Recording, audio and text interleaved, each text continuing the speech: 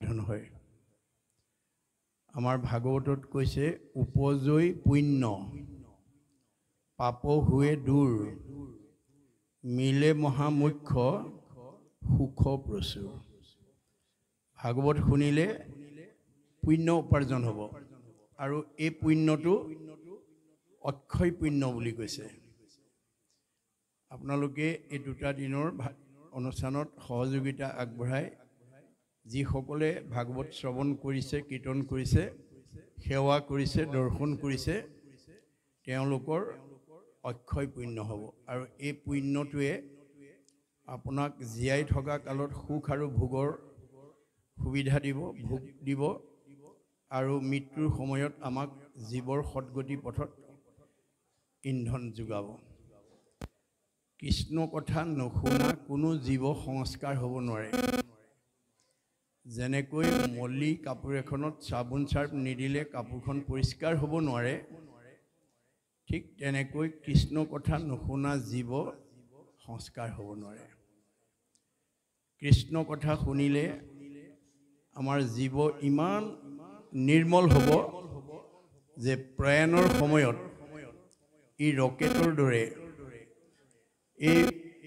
পৃথিৱীৰ উপৰিভাগৰ যি বায়ুমণ্ডল যাক বিজ্ঞানে তিনিটা স্তৰত ভাগ কৰি দেখুৱাইছে ট্ৰপস্ফিয়াৰ ষ্ট্ৰেটোস্ফিয়াৰ আৰু আইনস্ফিয়াৰক বৈতৰণী নদী বা সাগৰ বুলি কোৱা হৈছে ঈশ্বৰ কৃষ্ণৰ কথা শুনা জীৱ ইমান নিৰ্মল হ'ব প্ৰয়াণৰ সময়ত ৰকেটৰ দৰে এই তিনিটা লেয়াৰ ভেদ কৰি বৈকুণ্ঠত অৱস্থান কৰিব আৰু পুনৰ ঘূৰি আহিব নালাগে আৰু ঈশ্বৰৰ কথা নুশুনা জীৱ যিমান বিদ্যাৱন্ত ধনৱন্ত শ্ৰীমন্ত সম্পদশালী নহওক কিম্বা ঈশ্বৰৰ কথা নুশুনিলে জীৱই এই তিনিটা লেয়াৰ ভেদ কৰি যাব নোৱাৰিব মধ্যাকৰ্ষণ শক্তিৰ ভিতৰতে ঈশ্বৰ কৃষ্ণৰ কথা নুশুনা জীৱবিলাক অহা যোৱা কৰি থাকিব লাগিব পুনৰপি জনমম পুনৰপি মৰণম পুনৰপি জনমম পুনৰপি মৰণম সেইকাৰণে আমাৰ এইটো কলিৰ যজ্ঞ বুলি কৈছে আপোনালোকে যদিও ভাগৱত পাঠ ব্যাখ্যা অনুষ্ঠান পাতিছোঁ বুলি কৈছে আমাৰ বেদৰ মতে ভগৱন্তই উদ্ধৱক কোৱাৰ মতে এইটো আপোনালোকে কলিৰ যজ্ঞ অনুষ্ঠিত কৰিছে মুত চিত্ত দিয়া যিটো কৰৈ কৰ্ম ধৰ্ম তাৰ নাম যজ্ঞ সখী কৈলোঁ ইটো মৰ্ম মুঠ চিত অৰ্পণ কৰি যিবোৰ কৰ্ম কৰা হয় সেই কৰ্মবিলাকক যজ্ঞ বুলি কোৱা হৈছে গতিকে এইটো কলিৰ যজ্ঞ এই যজ্ঞলৈ অহা অতিথিসকলক সেৱা শুশ্ৰূষা কৰাৰ ক্ষেত্ৰত আপোনালোকৰ যিসকল যুৱক যুৱতী আই মাতৃ বাপ আয়ে সহযোগিতা আগবঢ়াইছে কায়িক মানসিক বৌদ্ধিক আৰ্থিকভাৱে ত্যাগ স্বীকাৰ কৰি এই তিনিটা দিনৰ মুঠতে তিনিটা দিনৰ কাৰ্যসূচী সফল ৰূপায়ণৰ কাৰণে যিসকলে এটা খোজ আগবঢ়াইছে তাৰ প্ৰতিটো খোজৰ মূল্য হ'ব পদে পদে অশ্বমেধ ফলং প্ৰাপ্নতি নিত্যৈশ্য বুলি কৈছে ভগৱানে কৈছে মোৰ কামৰ কাৰণে যদি তুমি এটা খোজ আগবঢ়াব পাৰা এই জন্মত প্ৰতিটো খোজৰ মূল্য হ'ব এটা এটা অশ্বমেধ যজ্ঞৰ সমান পুণ্য গতিকে এই জীৱবিলাকে পৰকালত কিমান ওপৰলৈ যাবগৈ সেইটো আপোনালোকে নিজে অনুমান কৰিব লাগিব কাৰণ আমাৰ জীৱৰ মৃত্যু নাই জীৱৰ সংস্কাৰ আছে আৰু গতি আছে মৃত্যুটো কেৱল দেহৰহে আছে বুলি কৈছে দেহৰেহে ধৰ্ম জনম মৰণ জীৱৰ কি আছে সংস্কাৰ আৰু গতি হয় ঊৰ্ধ্বগতি নহয় অধোগতি আপোনালোকে যদি প্ৰতি বছৰে এনেকৈ ভাগৱত শুনি পেলাই মনটো সংস্কাৰ কৰিব পাৰে তেতিয়াহ'লে আপোনালোকৰ জীৱবিলাকে জীয়াই থাকোঁতে শান্তি পাব মৰিলে সৎগতি পাব যদি ভাগৱত নুশুনে জীৱ সংস্কাৰ হ'ব নোৱাৰে অসংস্কাৰী জীৱই জীয়াই থাকোঁতে অশান্তি পাব বিভিন্ন অমংগল হ'ব আৰু মৰিলে অধোগতি যাব সেইকাৰণে ভাগৱত শুনাৰ লাভালাভ সম্পৰ্কে ভাগৱততে উল্লেখ কৰা আছে। আকৌ শুনি বন্ধ্যা নাৰী পুত্ৰ হুৱে গুণৱন্ত, দুৰ্জনো সজন হুৱে দুখী ধনৱন্ত। ভাগৱত শুনিলে সতী সন্তান নোহোৱা মাতৃয়ে সুযোগ্য সন্তান পোৱাৰ যোগ্যতা লাভ কৰে বুলি কৈছে। দুখীয়া মানুহ ধনী হয়, দুষ্ট মানুহ শান্ত হয়। সেইকাৰণে মহাপুৰুষ শংকৰদেৱে আমাক আহ্বান জনাইছে কি বুলি? কিন্তু আগে প্ৰথমত মহাশাস্ত্ৰ ভাগৱত শুনিওক মহাযত্ন কৰি। আপোনালোকে ভাগৱত মহাযত্ন কৰি শুনিব লাগে। বিশেষণ দিছে দেই। লাভ কি হ'ব? বিষয়ৰ দুখ যত সকলে কৰিব হত, হৰি ভকতৰ সংগ ধৰি। আজিৰ দৰে ভকতৰ সংগত যদি আমি ভাগৱত শ্ৰৱণ কৰিব পাৰোঁ, আপোনালোকৰ পাৰিবাৰিক জীৱন, দাম্পত্য জীৱন, যুগ্ম জীৱন, সাংসাৰিক জীৱন, সামাজিক জীৱনত কোনোবাই যদি কিবা দুখ দুৰ্গতি ভোগ কৰি আছে, অপায় অমংগল হৈ আছে, তাৰ পৰা আমি নিজক মুক্ত কৰিব পাৰিম। সেইকাৰণে মহাপুৰুষে কৈছে কৰা পান ফল ইটো, যাৰ আছে ভাগ্য যিটো, ৰস বিভাৱনত চতুৰ। আজি ভাগৱত শুনিবলৈ অহা সকলক ভাগ্যৱান বুলি কৈছে আৰু টেঙৰ মানুহ বুলি কৈছে। সাধুৰ সংগ অনুসৰি কৃষ্ণ কথা কৰ্ণে ভৰি, সমস্ত আপদ কৰা দূৰ। আমাৰ জীৱনৰ সকলো আপদৰ পৰা কৃষ্ণ কথা শুনা জীৱক ভগৱানে মুক্ত কৰি দিব। মাক দেউতাকে কোন ল'ৰা ছোৱালীক ভাল পায়? যি ল'ৰা ছোৱালীয়ে মাক বাপেকক শ্ৰদ্ধা কৰে, ভক্তি কৰে, মৰম কৰে, আদৰ কৰে আৰু হাক বচন শুনে, দিহা পৰামৰ্শ মতে চলে, সেইটো সন্তান সকলো পিতৃ মাতৃৰ মৰমৰ। কোনোবা যদি সন্তান হৈ পিতৃ মাতৃৰ প্ৰতি শ্ৰদ্ধা ভক্তি মৰম চেনেহ নাথাকে, পিতৃ মাতৃৰ হাক বচন নুশুনে, দিহা পৰামৰ্শ মতে নচলে, তেতিয়া সেইটো সন্তান কোনো পিতৃ মাতৃ মৰমৰ হ'ব নোৱাৰে। এইটো যেনেকৈ বাস্তৱ সত্য, আমি সকলো ভগৱানৰ সন্তান বুলি কৈছে। তোমাৰে সেই অংশ আমি যত জীৱ জাত। আমি সকলো ভগৱন্তৰ সন্তান। আমি সন্তান হৈ পুৱা গধূলি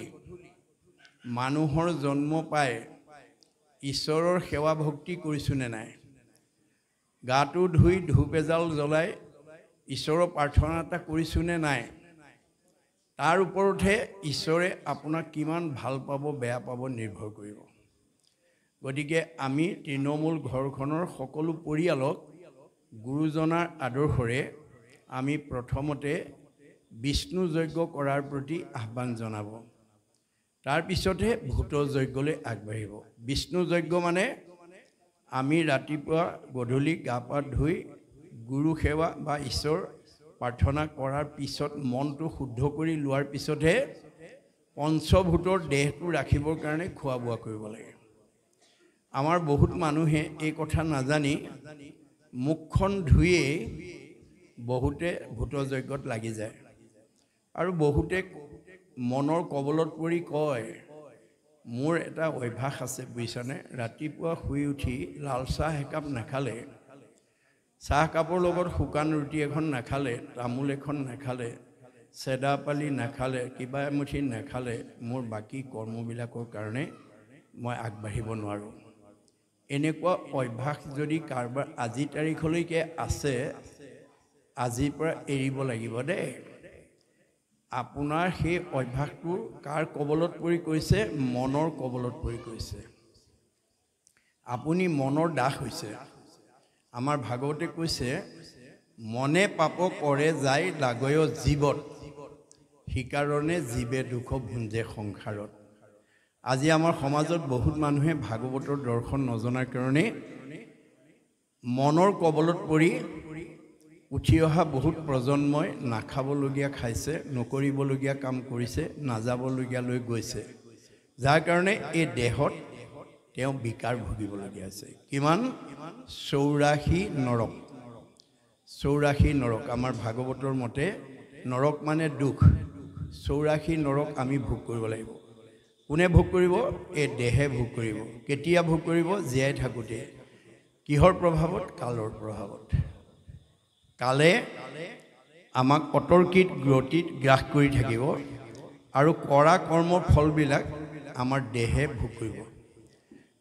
এই 84 নৰক মানে 84 প্ৰকাৰৰ দুখ বেদনা আমাৰ দেহটোৱে ভোগ কৰিব আৰু তাৰ এটা সমীক্ষা আমাৰ এজন দাৰ্শনিক পণ্ডিতে দিছে যে আমাৰ নিজৰ হাতেৰে নিজৰ শৰীৰটো জুখি চালে 3.5 হাত হয় এহাতত 24 আঙুলকে থাকে 3 হাতত 72 আঙুল এবেগেটত 12 আঙুল 72 12 84 আঙুল দেহত অৰ্থাৎ নখচন্দৰ পৰা কেশলৈকে অৰ্থাৎ নখ চুকুৰা হৈ নখ মৰাৰ পৰা ধৰি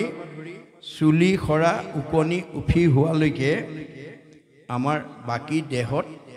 অৰ্শ গোলম পিত্ৰ কেঁচুমূৰীয়া মূৰৰ বিষ পেটৰ বিষ দাঁতৰ বিষ কঁকাল বিষ আদি ৰোগ ভোগ কৰিব লাগিব গতিকে আপুনি নিজৰ শৰীৰটো ৰোগমুক্ত কৰিবলৈ হ'লে ভাগৱতৰ নীতি নিয়ম মানি চলিব লাগিব ভাগৱতত 8 প্ৰকাৰ সদাচাৰৰ কথা উল্লেখ আছে কায়ৰ সদাচাৰ বাক্যৰ সদাচাৰ মনৰ সদাচাৰ গমন সদাচাৰ শৌচ সদাচাৰ অন্ন সদাচাৰ স্নান সদাচাৰ শয়ন সদাচাৰ এই 8 প্ৰকাৰ সদাচাৰ মানি যিবোৰ পৰিয়াল চলিব তেওঁলোকৰ শাৰীৰিক অসুস্থতাই সহজে শৰীৰত আক্ৰমণ কৰিব নোৱাৰিব মন আনন্দত থাকিব পৰমায়ুষ বৃদ্ধি হ'ব আমাক ভগৱানে প্ৰত্যেককে 100 বছৰহে দিছে দেই মনুষ্যৰ আয়ুষত বৰিষ সংখ্যাত বুলি কৈছে আমাৰ প্ৰত্যেককে ভগৱন্তই 100 বছৰ দি পঠিয়াইছে কিন্তু ভাগৱত নুশুনিলে 100 বছৰ ভোগ কৰিবলৈ নাপাব কাৰণ ভাগৱতৰ দৰ্শন যদি কোনোবা মানুহে নাজানে তেওঁ শিক্ষিতেই হওক অশিক্ষিতেই হওক মতা মানুহে হওক মাইকী মানুহে হওক ডেকা ল'ৰাই হওক গাভৰু ছোৱালীয়ে হওক যি ভাগৱতৰ দৰ্শন নাজানে ভাগৱতৰ নীতি সদাচাৰ নামানে সি কেতিয়াও 100 বছৰ ভোগ কৰিবলৈ নাপাব তাৰ আগতেই গুচি যাব আমাৰ গুৰুজনাৰ দিনত কেইবাজনো আটা পুৰুষে আয়ুস বঢ়াইছে কেনেকৈ ভাগৱতৰ উল্লেখ কৰা নীতি সদাচাৰবিলাক মানি পেলাই তেওঁলোকে শংকৰ মাধৱৰ ওচৰতে ভাগৱত শুনিছিল ব্যাখ্যা শুনিছিল কিন্তু তেওঁলোকৰ এটা স্বভাৱ আছিল গুৰুতকৈ শিষ্য হিয়ান খুচৰি খুচৰি লয় জ্ঞান নজনা কথাবিলাক সব শিকি লৈছিলে শিকাওঁতা মাধৱদেৱ 107 বছৰ জীয়াই থাকিল শংকৰদেৱ 120 বছৰ জীয়াই থাকিল কিন্তু তেওঁলোকৰ পৰা শিক্ষা লোৱা আমাৰ লখিমপুৰ বৰনাৰায়ণপুৰ জন্মগ্ৰহণ কৰা বদলা আটাই 130 বছৰ আয়ুস বঢ়ালে ৰাম আটাই 140 বছৰ মথুৰা দাস আটাই 151 বছৰলৈকে আয়ুস বঢ়াইছে এই উপৰঞ্চি বয়সবিলাক ক'ৰ পৰা পাব যিবিলাকে নিয়ম নীতি সদাচাৰ নামানে সেইবিলাকৰ পৰা আয়ুসবিলাক কাটি নি নিয়ম মনাবিলাকত যোগ দিব আপোনালোকৰ 2 নম্বৰ কাটপাৰ বানমুখ গাঁৱত নিবাস কৰি থকা আমাৰ বাপ বৈষ্ণৱসকলৰ ভিতৰত আই বাপ যুৱক যুৱতী বা প্ৰমুখে সমস্ত গাঁওবাসীৰ ভিতৰত আটাইতকৈ বেছি বয়স পোৱা মতা মানুহ কোন আছে গাঁওখনৰ ভিতৰত আৰু আটাইতকৈ বেছি বয়স পোৱা মাইকী মানুহ কোন আছে এই কথাটো চালেই আপোনালোকে ভাগৱতৰ দৰ্শনটোৰ কথা মনলৈ আহিব আপোনালোকৰ 2 নং কাটপাৰ বানমুখ গাঁৱৰ সেইজন মতা মানুহেহে সবতকৈ বেছি আয়ুস পাব যিজনে ভাগৱতৰ নিয়ম নীতি সদাচাৰ মানি চলে আৰু ঈশ্বৰৰ প্ৰতি যাৰ ভক্তি থাকে মাইকী মানুহ সেইগৰাকীৰে আয়ুস বেছি হ'ব যিগৰাকী নীতি সদাচাৰী আৰু ঈশ্বৰ ভক্তিপৰায়ণ হ'ব এই সমস্ত মানৱ জীৱনৰ প্ৰয়োজনীয় দিশখিনি ভাগৱতৰ মাজেদি শুকদেৱে পৰীক্ষিতৰ আগত কৈ আছে পৰীক্ষিত বৈষ্ণৱ হৈও অভিশপ্ত হ'ল কাৰণ তেওঁ বৈষ্ণৱ গুণৰ প্ৰতিভাটো প্ৰয়োগ কৰিব নাজানিলে আপোনালোকৰ গাঁৱৰ ধনী মানুহ বিদ্যাৱন্ত মানুহ বুদ্ধিমন্ত মানুহ জ্ঞানী মানুহজনো অভিশপ্ত হ'ব যদি ভগৱন্তই দিয়া প্ৰতিভাটো প্ৰয়োগ কৰিব নাজানে ধনী মানুহ হৈ যদি দুখীয়া মানুহক মনত দুখ পোৱাকৈ কথা কয় তাচিল্য কৰে গাঁওখনৰ ভিতৰত বেছি শিক্ষিত হৈ পেলাই যদি অশিক্ষিতজনক তাচিল্য কৰে উপহাস কৰে জ্ঞানী হৈ যদি ভুল জ্ঞান প্ৰদান কৰে আপোনালোক বা আমি সকলোৱে পৰীক্ষিত আৰু ব্যাসৰ দৰে অভিশপ্ত হ'ব লাগিব মনত ৰাখিব কথাটো আমি ভাগৱত শুনি ভগৱন্তই দিয়া প্ৰতিভাটো যাতে ভগৱানৰ কামত ব্যৱহাৰ কৰিবৰ কাৰণে আমি সতৰ্ক হ'ব লাগিব ভগৱানে কৈছে মই তোমাক 2 নম্বৰ কাটপাৰ গাঁৱৰ ভিতৰত আটাইতকৈ ধনী মানুহ কৰি দিছোঁ দেই তোমাক বিদ্যাৱন্ত কৰি পঠিয়াইছোঁ তোমাক ধনৱন্ত কৰি পঠিয়াইছোঁ তোমাক জ্ঞানী কৰি পঠিয়াইছোঁ তোমাক বুদ্ধিমন্ত কৰি পঠিয়াইছোঁ এই প্ৰতিভাটো মোৰ কামত ব্যৱহাৰ কৰিবলৈ শিকিবা মই মানে তৃণমূল এটা আত্মা মই মানে পৰিয়াল মই মানে সমাজ মই মানে অনুষ্ঠান মই মানে প্ৰতিষ্ঠান মই মানে দল মই মানে সংগঠন মই মানে জড়জগত মই মানে জীৱ জগত মই মানে নিখিল জগত অহমেবাস্য মে অগ্ৰে ন অন্যত সৎ অসৎ পৰম প্ৰচ্ছাদ অহম যো এইতৈশ্য যো অৱশিষ্টতে শিষ্যই হম ভগৱানে কৈছে আদিত মই মধ্যত মই শেষত ময়েই থাকিম তুমি দেখা চকুৰে দেখা জগতখন মিছা কাণেৰে শুনাবিলাক মিছা আজি আছে কাইলৈ নাই জগত মিথ্যা ব্ৰহ্ম সত্য ব্ৰহ্মহে সঁচা জীৱ ব্ৰহ্ম এব কেৱলম আপোনালোকে ভাগৱত শুনি তৃণমূল এটা আত্মাৰ পৰা পৰিয়াল সমাজ অনুষ্ঠান প্ৰতিষ্ঠান দল সংগঠনক আপোনালোকে আগবঢ়াই নিয়াত নিজৰ প্ৰতিভাটো প্ৰয়োগ কৰিব তেতিয়া ভগৱানে আপোনাক আৰু প্ৰতিভাৱান কৰিব য দদাতি চ প্ৰাপ্নতি যি মোৰ কাৰণে দিব সি মোৰ পৰা পাব গতিকে আপোনালোকে ভাগৱত শুনি এনেকুৱা এখন ঘৰত বাস কৰিব লাগিব এনেকুৱা এটা পৰিয়ালত বাস কৰিব লাগিব যিটো পৰিয়াললৈ যিখন ঘৰলৈ ভগৱান নমতাকে আহিব লাগিব নমতাকে ভগৱানক নমতাকে অহা এখন ঘৰত বাস কৰিব লাগিব ভগৱানে কৈছে ভকতে মোক বিচাৰিব নালাগে মইহে ভকতৰ ঘৰখন বিচাৰি ফুৰোঁ অৰ্থাৎ যিখন ঘৰত পুৱা গধূলি ধূপ ধূনা জ্বলিব ঈশ্বৰ উপাসনা কৰিব সেইখন ঘৰত কৃষ্ণ থাকিব যেই নাম সেই হৰি জানা নিষ্ট কৰি নামৰ সংগ নচাৰন্ত হৰি যিখন ঘৰত পুৱা গধূলি ধূপ ধূনা জ্বলিব সেইখন ঘৰত কৃষ্ণ থাকিব কৃষ্ণ থকা ঘৰখনৰ পৰিয়াল আনন্দত থাকিব মিলা প্ৰীতিত থাকিব মৰম চেনেহত থাকিব একতাৰ দোলেৰে বান্ধ খাই থাকিব আৰু যিখন ঘৰত সেই নীতি সদাচাৰ নাই ঈশ্বৰ ভক্তিৰ ব্যৱস্থা নাই সেইখন ঘৰলৈ কোন আহিব ভাগৱতৰ দ্বাদশ স্কন্ধত কৈছে শ্ৰৱণ কীৰ্তন জড়িত কৃষ্ণৰ নকৰে তৈতেষে ৰাক্ষসীগণে বিঘিনি আচৰে ঈশ্বৰ কৃষ্ণৰ গুণনাম নথকা পৰিয়ালটোত অঘাসুৰ বকাসুৰ পলম্বাসুৰ অৰিষ্টাসুৰ পুতনা ব্যমাসুৰ ধেনুকাসুৰকে প্ৰমুখ্য কৰি অসুৰবিলাক আহিব অৰ্থাৎ কায়িকভাৱে নহয় স্বভাৱগতভাৱে আহিব ঈশ্বৰ কৃষ্ণৰ গুণনাম নোগোৱা নুশুনা নোকোৱা মানুহ ঘৰলৈ মানুহবিলাকৰ স্বভাৱ কেনেকুৱা হ'ব খঙাল ঈৰ্ষাপৰায়ণ অসন্তোষীয়া আৰু কলহপ্ৰিয় কাজিয়া পেচাল কৰি ভাল পাব সেইখন ঘৰৰ পৰিয়ালত মিলা প্ৰীতিৰ অভাৱ হ'ব মনত ৰাখিব কথাটো এই তথ্যখিনিকে মৃত্যুমুখী পৰীক্ষিতত সুখদেৱে দিবলগীয়া হ'ল কাৰণ পৰীক্ষিতে বৈষ্ণৱ হৈও প্ৰাণী হিংসা কৰিব যোৱাৰ কাৰণে পাপ সিদ্ধ হ'ল যাৰ কাৰণে তেওঁ অভিশপ্ত হৈ অৱশেষত মৃত্যুৰ হাতৰ পৰা মুক্ত হ'বৰ কাৰণে গংগাৰ পাৰত আশ্ৰয় লোৱাৰ পিছত সুখদেৱে আহি প্ৰথম স্কন্ধৰ পৰা দ্বাদশ স্কন্ধ ভাগৱতলৈকে শ্ৰৱণ কৰিব লগা হ'ল প্ৰথম স্কন্ধৰ পৰা যেতিয়া দ্বাদশ স্কন্ধ ভাগৱত তেওঁ নীৰৱ নিশ্চিহ্নভাৱে 7 দিন শুনিলে দ্বাদশ স্কন্ধ ভাগৱত শুনাৰ লগে লগে তেওঁ ব্ৰহ্মজ্ঞান প্ৰাপ্ত হৈ গ'ল মই ইমান সময় যিটো মৰিম বুলি ভয় কৰি আছিলোঁ তাৰ দেখোন মৃত্যুই নাই অৰ্থাৎ আমাৰ জীৱৰ মৃত্যু নাই মৃত্যু কাৰ আছে দেহৰেহে ধৰ্ম জনম মৰণ দেহটোৰহে জন্ম মৃত্যু আছে জীৱৰ কি আছে সংস্কাৰ আৰু গতি আছে আপোনালোকে যদি প্ৰতি বছৰে বা বছৰত 2-3 বাৰ এনেকুৱা যদি নামঘৰত ভাগৱত চৰ্চা হৈ থাকে ভাগৱত শুনি থাকে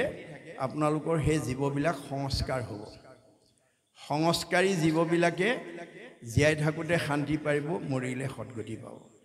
যদি সেই ব্যৱস্থাটো নাথাকে তেতিয়া জীৱ সংস্কাৰ হ'ব নোৱাৰে সংস্কাৰ নোহোৱা জীৱই জীয়াই থাকোঁতে অশান্তি পাব মৰিলে অধোগতি যাব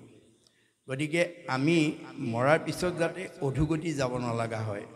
কাৰণ আমি বহুত যত্ন কৰি পৰম সাধনাৰ বলত মানুহ জন্ম পাইছোঁ এই মানুহ জন্ম পাবলৈ যাওঁতে আমি কিমান বাট অতিক্ৰম কৰি আহিব লগা হৈছে আমাৰ বেদত কৈছে বিংশতি লক্ষণম স্থাৱৰম 20 লক্ষবাৰ আমি বিভিন্ন প্ৰজাতিৰ গছ-গছনি হৈ আহিছোঁ নৱলক্ষম জলজ 9 লক্ষবাৰ আমি বিভিন্ন প্ৰজাতিৰ মাছ মগৰ হৈ আহিছোঁ নৱলক্ষম কুৰ্মাঞ্চ 9 লক্ষবাৰ আমি বিভিন্ন প্ৰজাতিৰ কাছৰ জন্ম পাইছোঁ 30 লক্ষ পশু নাম 30 লক্ষবাৰ বিভিন্ন প্ৰজাতিৰ জীৱ জন্তু হৈ আহিছোঁ 10 লক্ষ পক্ষী নাম 10 লক্ষবাৰ আমি বিভিন্ন প্ৰজাতিৰ চৰাই চিৰিকটি হৈ আহিছোঁ 70 লক্ষ বানৰা 4 লক্ষবাৰ আমি বান্দৰৰ জন্ম পাইছোঁ 2 লক্ষ অৰ্ধমানৱা 2 লক্ষবাৰ হিতাহিত জ্ঞানশূন্য অৰ্ধমানৱ চিম্পাঞ্জীৰ দৰে জন্ম ধাৰণ কৰিছোঁ তাৰ পিছতহে সৌভাগ্যক্ৰমে পুণ্য অৰ্জন কৰি মানুহ নামৰ উপাধিটোলৈ প্ৰমোচন পাইছোঁ মানুহ নামৰ উপাধিলৈ প্ৰমোচন পালে আজিৰ দৰে সংগবদ্ধভাৱে ঈশ্বৰৰ কথা শুনি জীৱই মুক্তি লাভ কৰিব পাৰে সেইকাৰণে সকলো জীৱই মানুহৰ জন্ম পাবৰ কাৰণে বাঞ্ছা কৰি থাকে কিন্তু আমাৰ ভাগৱতত এটা কথা কৈছে যে মানুহৰ জন্ম পালেও নামঘৰ থাকিলেও ধনী মানুহ থাকিলেও বিদ্যাৱন্ত থাকিলেও আপোনালোকৰ 2 নম্বৰ কাঠপাৰ এই বানমুখ গাঁৱৰ দৰে যুগ সাপেক্ষ এনেকুৱা পবিত্ৰ কাম ভাগৱত চৰ্চা সব গাঁৱৰ মানুহে কৰিব নোৱাৰিবও পাৰে শতকোটি জন্মান্তৰে হুৱে মহাভাগ নৰশৰী ৰক জীৱে তেবে পাৱে লাগ তাত যেবে মূৰদায়া ভৈল জাক প্ৰতি সেহিহে কৰিব পাৰে আমাতো ভকতি আপোনালোকৰ 2 নম্বৰ কাঠপাৰ গাঁৱৰ ওপৰত ভগৱানৰ কৃপা পৰিছে কাৰণেহে আপোনালোকে 2 দিনীয়া 3 দিনীয়া কাৰ্যসূচীৰে ভাগৱত চৰ্চা অনুষ্ঠান কৰিব পাৰিছে আপোনালোকতকৈ বহুত ধনী গাঁও বহুত বিদ্যাৱন্ত বহুত আগবঢ়া গাঁও থাকিব পাৰে কিন্তু ভগৱন্তৰ কৃপা নপৰিলে এনেকুৱা পবিত্ৰ কাম কৰি জীৱক উদ্ধাৰ কৰা জগত প্ৰদূষণ মুক্ত কৰা মংগলময় কাৰ্যসূচী ল'ব নোৱাৰিবও পাৰে গতিকে আপোনালোকে ভাবিব লাগিব ভাবেন লভতে সৰ্বম ভাবিব পাৰিলে সকলো কাম ভগৱানৰ পৰা আদায় কৰিব পাৰিব ভাবেন দেৱদৰ্শনম ভাবিব পাৰিলে দেৱতা দৰ্শন কৰিব পাৰিব ভাবেন লভতে পৰম জ্ঞানম ভাবিব পাৰিলে পৰম জ্ঞানৰ অধিকাৰী হ'ব পাৰিব তস্মাৎ ভাৱ অৱলম্বনম ভাল কাম কৰিবলৈ ভাবিব লাগিব দেই নাভাবিলে ধন টকা পইচা বিদ্যা থাকিলেও বহুত মানুহে ভাল কাম কৰিব নোৱাৰিবও পাৰে যদি নাভাবে গতিকে